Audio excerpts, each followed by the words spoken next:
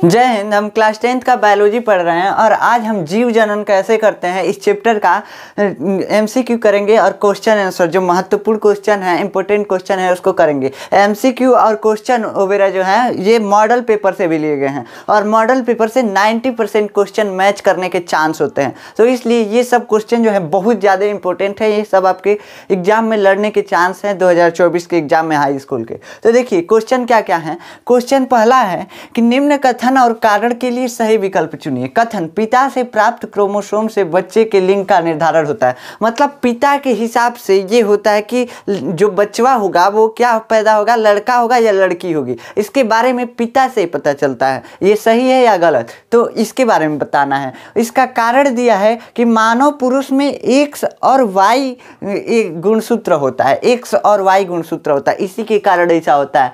तो x Y गुणसूत्र क्या होता है, आप सुने होंगे वीर्य। वीर्य जिसको सीमेन बोलते हैं इंग्लिश में, उसमें जब जूम करके देखते हैं ना, माइक्रोस्कोप से जूम करके देखते हैं तो उसमें छोटी छोटी कोशिका दिखाई देती हैं सब।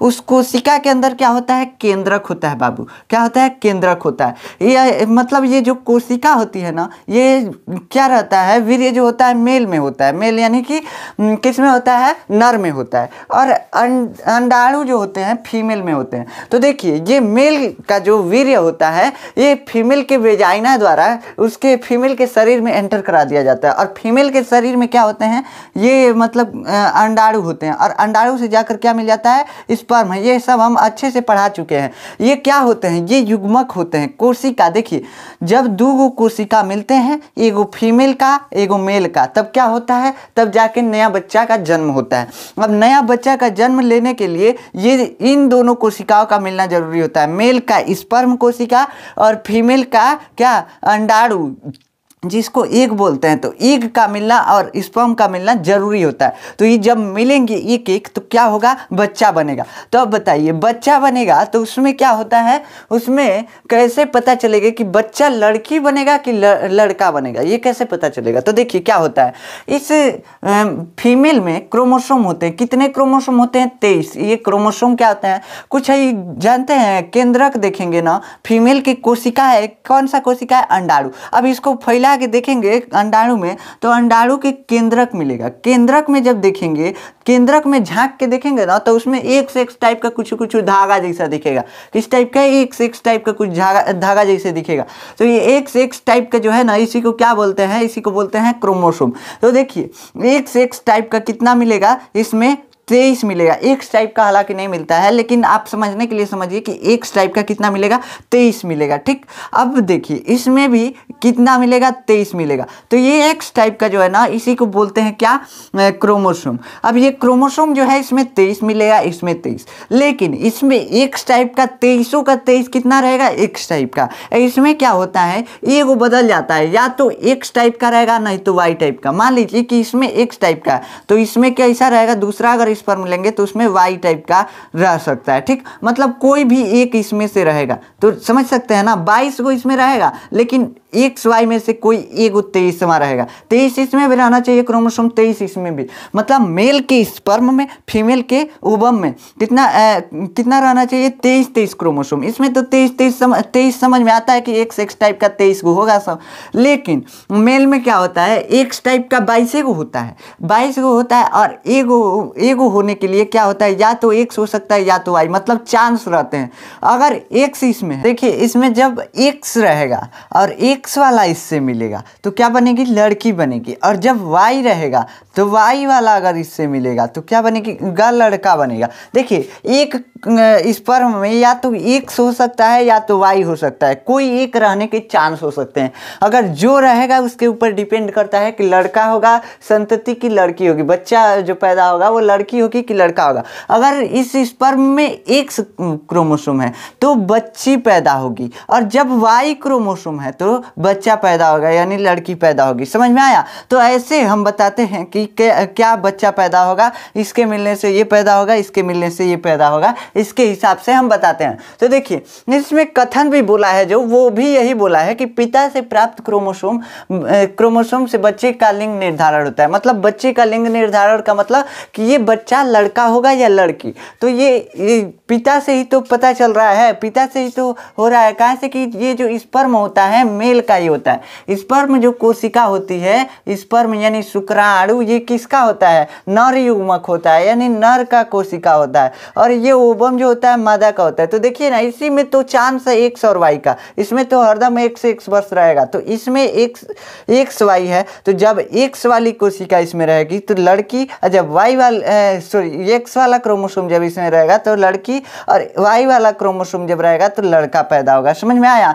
तो ये तो पिता पे ही निर्भर कर रहा है, क्योंकि स्पर्म जो है मेल का गैमेट होता है, मेल का युग्मक होता है। समझ में आया? तो ये बोल रहा है कि पिता से प्राप्त क्रोमोसोम से बच्चे के लिंग निर्धारण होता है। मानव पुरुष में एक्स और वाई गुणसूत्र होते हैं। इसी के कारण बताया है कि मानव पुरुष में एक एक्स और एक वाई गुणसूत्र होते हैं। अभी ना हम बताएं कि एक्स वाला होगा तो लड़की और वाई वाला होगा तो लड़का। तो ये कारण भी बता रहा है उसका, तो कारण भी सही है और कथन भी सही है। और कारण जो है इसके बारे में बता रहा है कि ऐसा क्यों होगा। देखिए बता रहा है कि एक्स और वाई होता है इसीलिए होगा। तो देखिए ये बोल रहा है पहला ऑप्शन कि कारण और कथन दोनों सही है, और कारण कथन की सही व्याख्या करता है। मतलब कि ये कथन और कारण दोनों सही है, ये बता रहा है इसके बारे में कि ये कैसे होगा, मतलब कि पिता पे कैसे निर्भर करता है, ये कारण बता रहा है सही। तो ये सही बात है, तो ये क्या रहेगा? पहला ऑप्शन सही होगा। ठीक, अब देखिए दूसरा क्वेश्चन, इसमें और सारा ऑप्शन जो होगा गलत होगा। ठीक,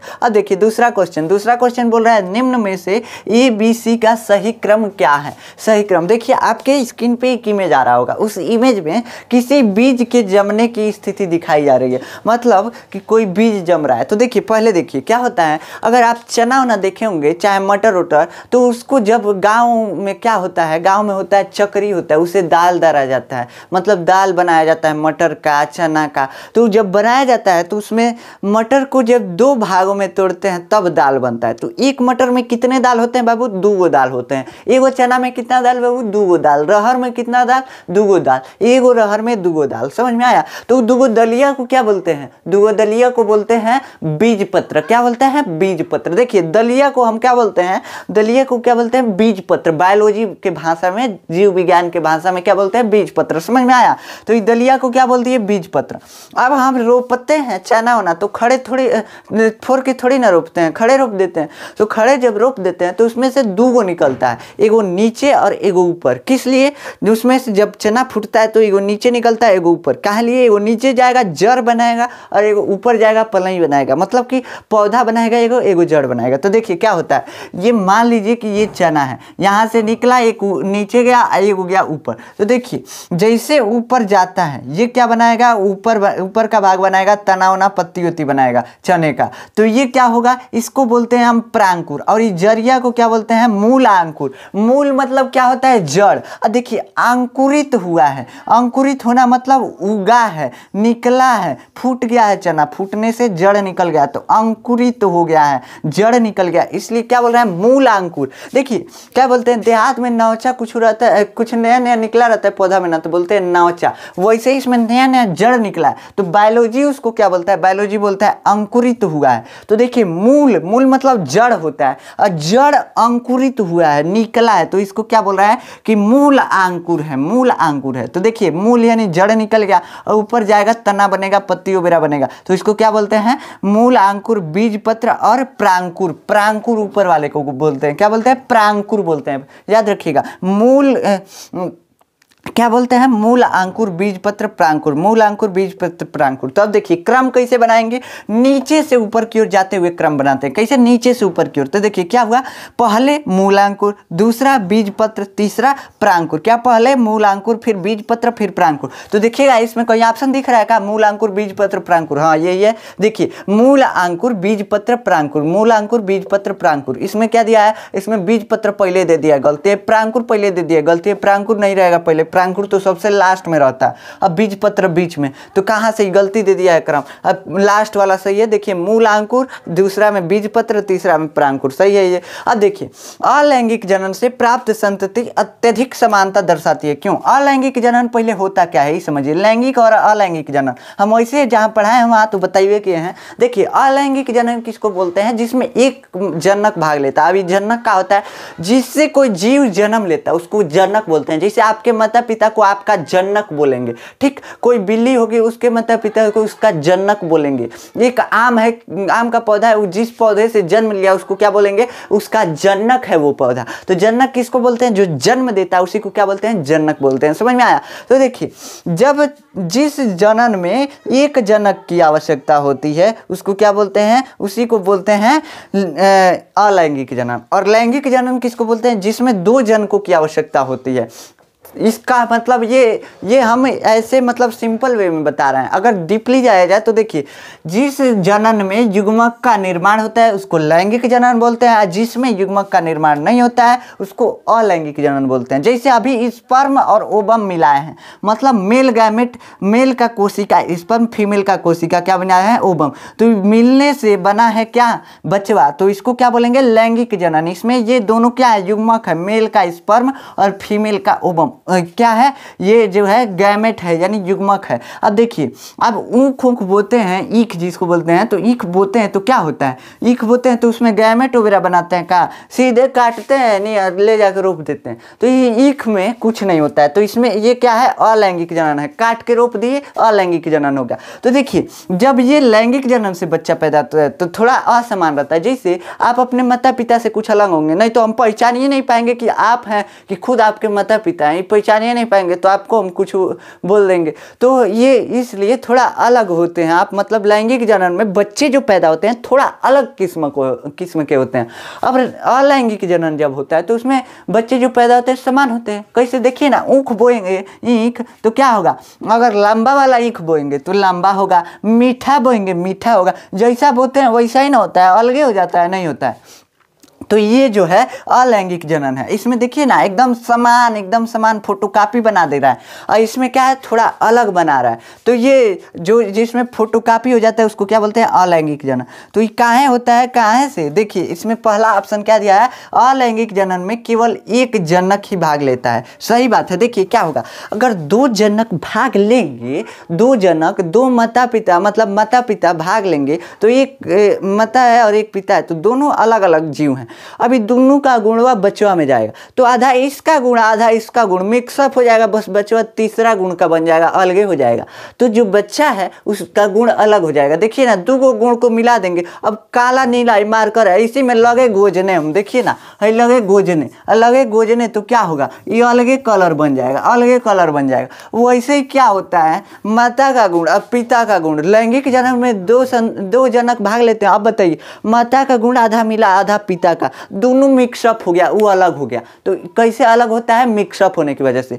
अब अलैंगिक जनन में देखो बाबू क्या है? अलैंगिक जनन में एक ही जनक भाग ले रहा है, एक ऊख को काट के रोप दे रहे हैं, खत्म बात। इसमें दूसरा को लाने की जरूरत नहीं है। तो बस जो ऊख का गुण था वो सीधा ट्रांसफर हो जाता है, उसमें कहीं मिक्सअप वगैरह मिलावट वगैरह नहीं रहता है। तो ये लैंगिक जनन जो है 2 नंबर वाला काम है, और ये जो है एकदम परफेक्ट लेवल A ग्रेड का काम है। समझ रहे हैं? तो ये इसलिए क्या होता है? संतति जो होती है समानता दर्शाती है, ज़्यादातर समानता दर्शाती है अलैंगिक जनन में।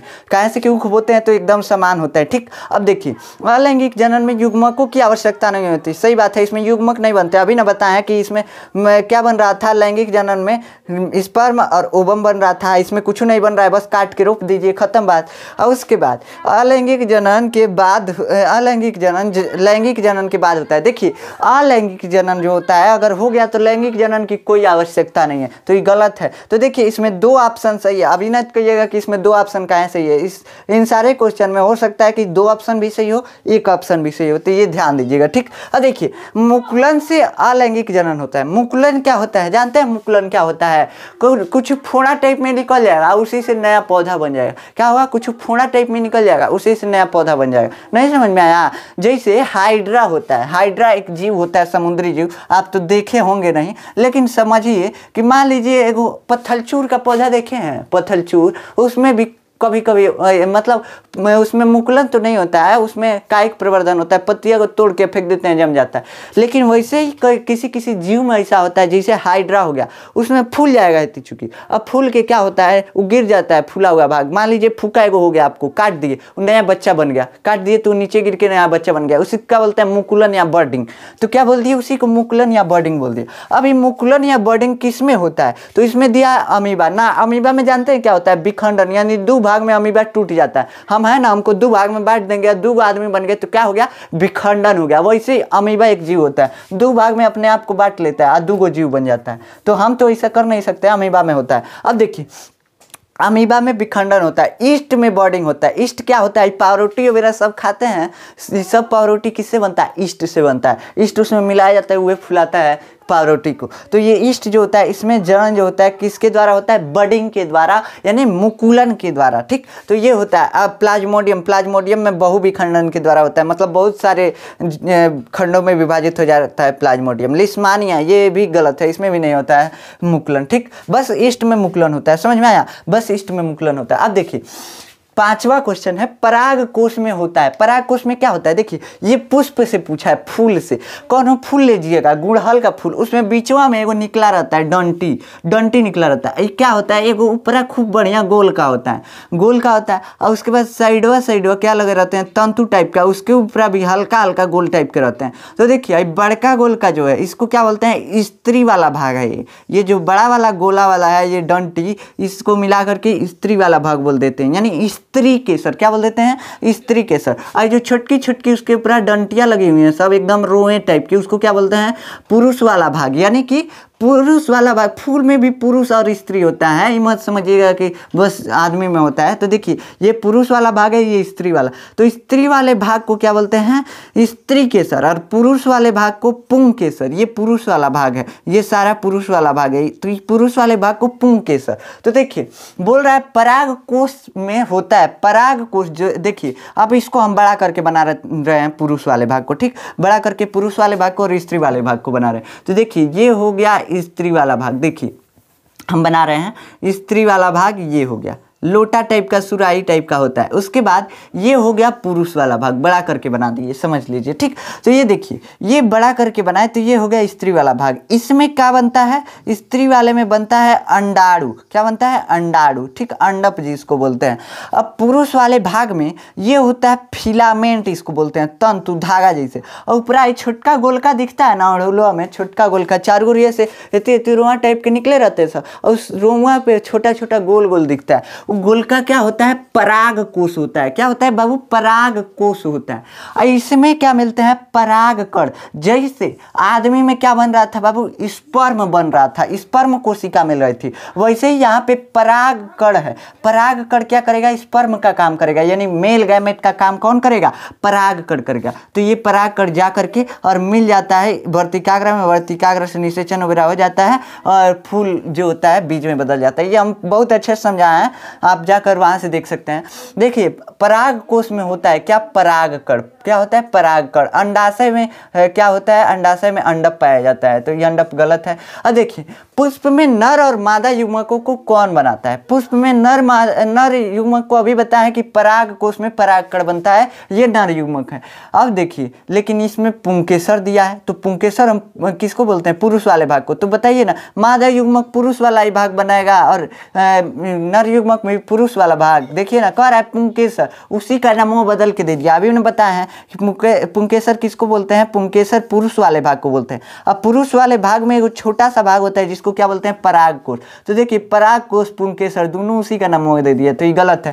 तंतु और वर्तिकाग्र, इसको तंतु बोलते हैं, और वर्तिकाग्र उस भाग में ऊपर वाला होता है जो लोटा का मुंह होता है, तो ये गलती है, उसमें भी नहीं होता है, तो अंडाशय में होता है ना। तो देखिए ये गलत है। उसके बाद पराग कोश और अंडाशय, ये सही है। ये पराग कोश में नर युग्मक का निर्माण, और अंडाशय यहाँ पे क्या होता है, अंडप का निर्माण, तो ये सही है। अब सारे गलत हैं। अब देखिए अब नेक्स्ट क्वेश्चन जो है वो पूछ रहा है पुष्प में लैंगिक जनन की परिघटनाओं का सही क्रम। परिघटना का मतलब क्या होता है कि किस किस विधि से हो रहा है। जैसे ये हुआ, इसके बाद ये हुआ। आप पढ़ रहे हैं तो जैसे फर्स्ट क्लास पढ़े, LKG पढ़े, UKG पढ़े, फर्स्ट क्लास पढ़े, उसके बाद 2 पढ़े, 3 पढ़े, ऐसे पीढ़ी दर पीढ़ी पढ़ते हैं। वैसे सेम पुष्प में चाहे किसी चीज़ में लैंगिक जनन या कुछ भी होता है तो चरणबद्ध प्रक्रिया है, चरण के माध्यम से होता है। एक के बाद एक होगा, एक के बाद एक होगा। वैसे ही ये परिघटना का मतलब क्या है कि कैसे कैसे हो रहा है, इसको समझाइए ना। तो ये बोल रहा है कि पुष्प में लैंगिक जनन कैसे होता है। तो देखिए पहले क्या होता है, परागण होता है। परागण किसको बोलते हैं बाबू, पराग कोश से पराग कण निकल के लोटवा के मुँहा पे पहुंच जाएंगे ना। लोटवा का मुँहा क्या है, यही वर्तिकाग्र कहलाता है। तो ये इस पे पहुंच जाएंगे सब, तो इसको बोल देंगे कि परागण हो गया। इसमें पराग कण रहते हैं, छोटे छोटे कण रहते हैं, समझ लीजिए ना। तो ये कण जो है जब इस पे पहुंच जाएंगे तो इसको बोलते हैं परागण हो गया। अब परागण हो गया तो परागण, उसके बाद क्या होता है, ये परागण जब हो जाता है तो ये कण जो है नीचे जाते हैं सब। लोटा जो होता है इसमें नीचे जाते हैं सब, ठीक। ये लोटा टाइप का, मतलब लोटा नहीं होता है, लोटा टाइप का होता है। तो ये देखिए जब इसमें नीचे जाएंगे सब, कहाँ जाएंगे, नीचे जाएंगे। परागण के बाद यहाँ से नीचे जाएंगे सब। यहाँ पे बीजांड एक होता है स्ट्रक्चर, इस अंडाशय में एक स्ट्रक्चर होता है बीजांड। इसमें जाके और परागकण मिल जाते हैं अंडप से, और अंडप से मिलने के बाद जब मिलते हैं ना तो उस मिलने की प्रक्रिया को निषेचन बोलते हैं। तो परागण निषेचन, ठीक है। उसके बाद क्या बनता है, उसके बाद क्या बनता है बाबू, उसके बाद बनता है भ्रूण। जैसे निषेचन हो गया तो बनता है युग्मनज, पहले बनता है युग्मनज, और उसके बाद युग्मनज के बाद क्या बनता है, भ्रूण। अब भ्रूण के बाद क्या बनता है, भ्रूण के बाद बनता है नवोद्भिद। नवोद्भिद मतलब नया पौधा, नया नाजुक पौधा का बोलते हैं नवोद्भिद, समझिए बस। तो देखिए ये युग्मनज के बाद भ्रूण, देखिए क्या हुआ, पहले परागण हुआ, उसके बाद निषेचन हुआ, निषेचन के बाद भ्रूण बना। अब भ्रूण के बाद क्या बना, निषेचन के बाद युग्मनज बना, युग्मनज के बाद भ्रूण बना। देखिए परागण हुआ, निषेचन हुआ, उसके बाद युग्मनज बना, फिर भ्रूण बना, और फिर क्या बना, नवोद्भिद बना। तो ऐसे बनता है नवोद्भिद, मतलब नया पौधा, समझ में आया। अब देखिए तो इसमें कौन सा सही है, परागण, ठीक है। निषेचन सही है। उसके बाद नवोद्भिद सीधा लिया दिया, भ्रूण को लास्ट में भेज दिया, ये गलती है। अब देखिए नवोद्भिद भ्रूण, ये नवोद्भिद पहले ही ला दिया, ये गलती है।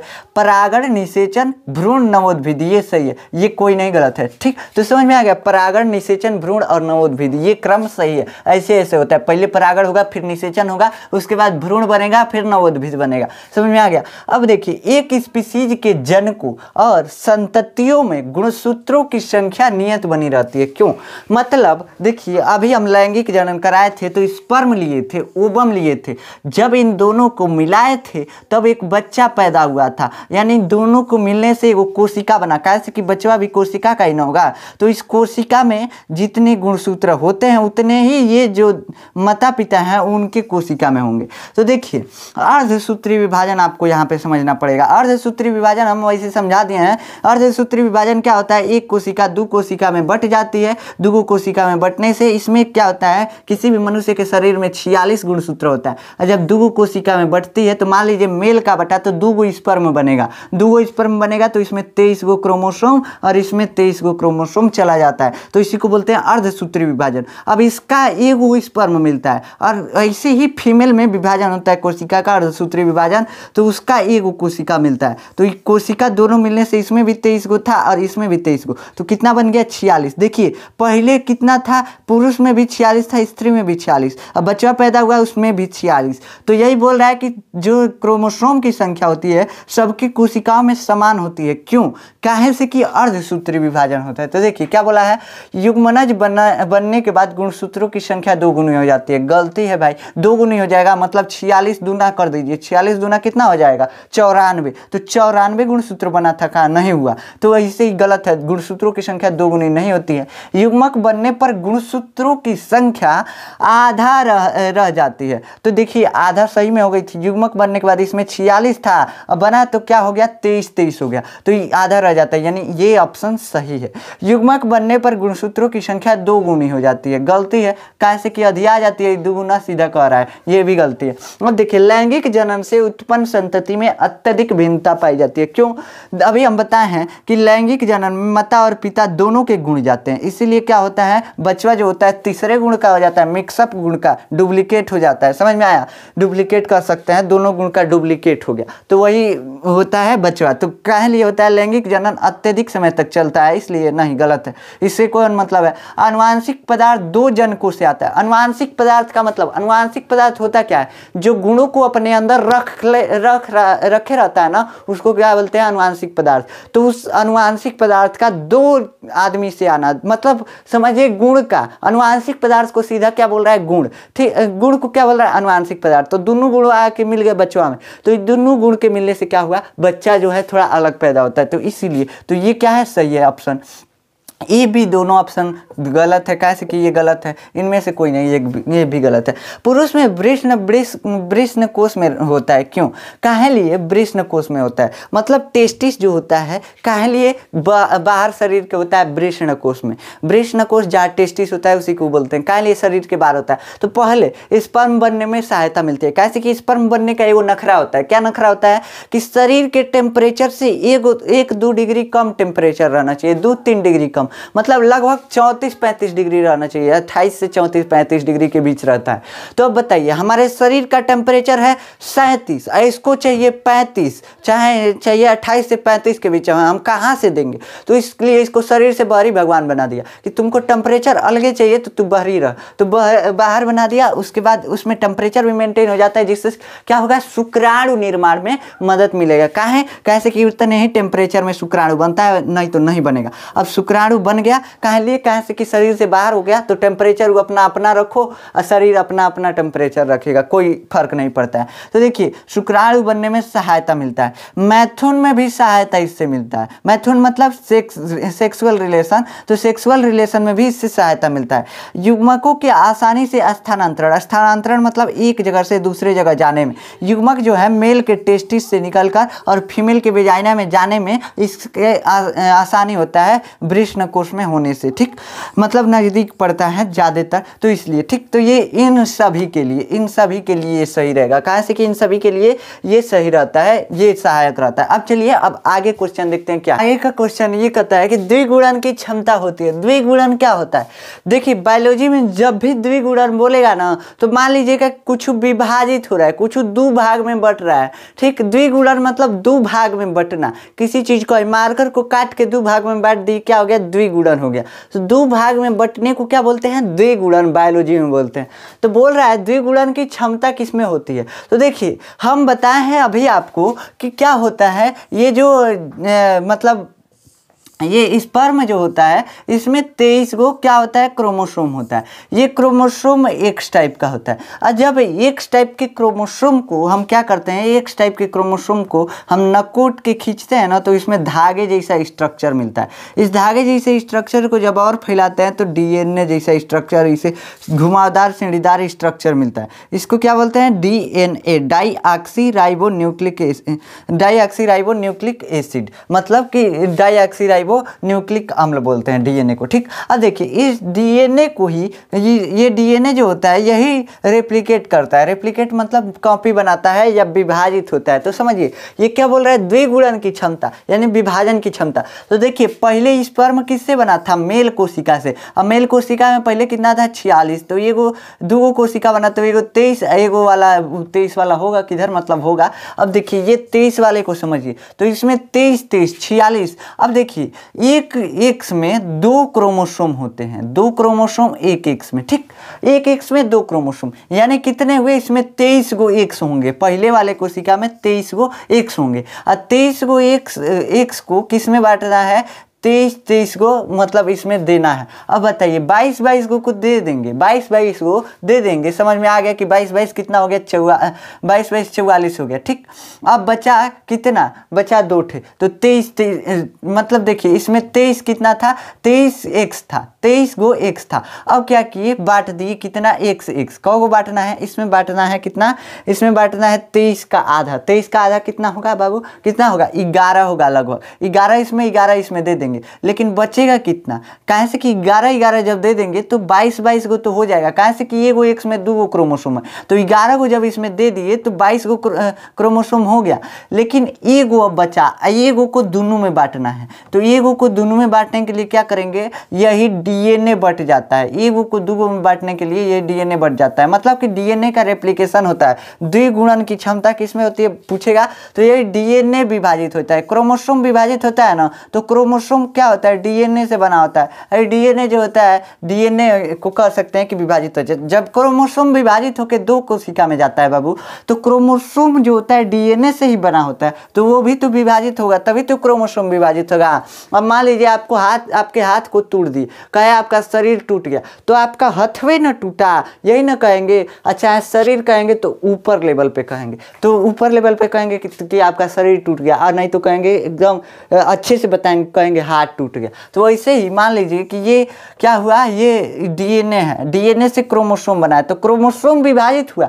लेकिन ये क्रोमोसोम किससे बना है बाबू, डीएनए से, तो डीएनए विभाजित हुआ। और एक्चुअल में देखा जाए तो द्विगुणन की क्षमता किसमें होती है, डीएनए में। अभी बताएं, सॉरी इसमें नहीं, डीएनए में। कहाँ है, डीएनए में, ठीक। तो डीएनए में होता है, ठीक। डीएनए में क्या होता है, द्विगुणन की क्षमता होती है, यानी विभाजित होने की क्षमता होती है, ठीक।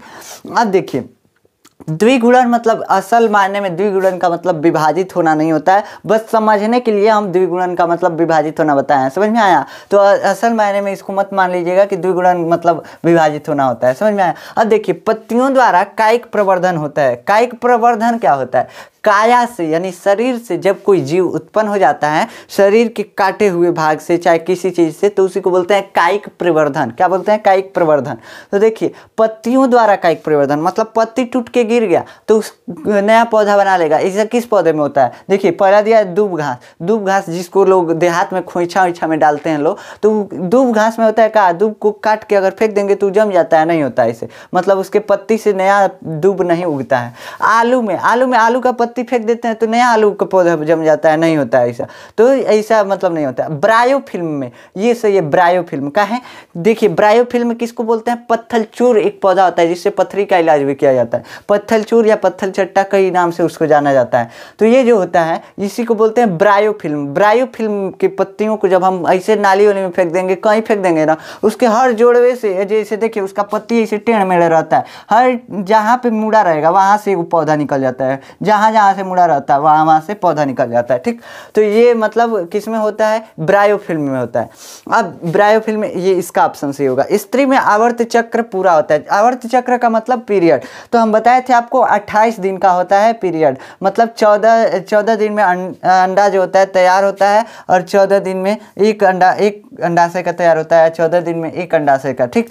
तो देखिए क्या होता है, पहले 14 दिन मतलब कि एक अंडाशय अपना 14 दिन में तैयार करके उसके बाद क्या करता है, अंडा को निकालता है। और उसके बाद क्या होता है, अंडा को निकालता है जब मतलब स्पर्म नहीं आता है तो 14 दिन कुछ दिन इंतजार करता है। उसके बाद क्या होता है, ये 14 दिन ये प्रक्रिया चलती है इंतजार करने वगैरह की। उसके बाद क्या होता है, गर्भाशय भित्ति टूट कर और गिरने लगती है। इसकी प्रक्रिया 14 दिन चलती है। फिर 14 दिन में है अंडाशय तैयार करेगा और फिर 14 दिन ये करेगा। तो ये कितने दिन का हो गया बाबू, 28 दिन, यानी 28 दिन का ये प्रक्रिया होता है। देखिए 14 दिन में तैयार हुआ अंडा और 14 दिन लगा इसको बाहर निकलने में, तो ये पीरियड जो होता है ये क्या हो गया, 28 दिन का हो गया। तो 28 दिन जो होता है आवर्त चक्र होता है, समझ में आया। अब देखिए उत्तक संवर्धन। उत्तक संवर्धन किसको बोलते हैं, किसी चीज के, किसी पौधे के उत्तक को काट के, उत्तक मतलब किसी छोटे से पार्ट को, मान लीजिए किसी पौधे का पलई काट दी,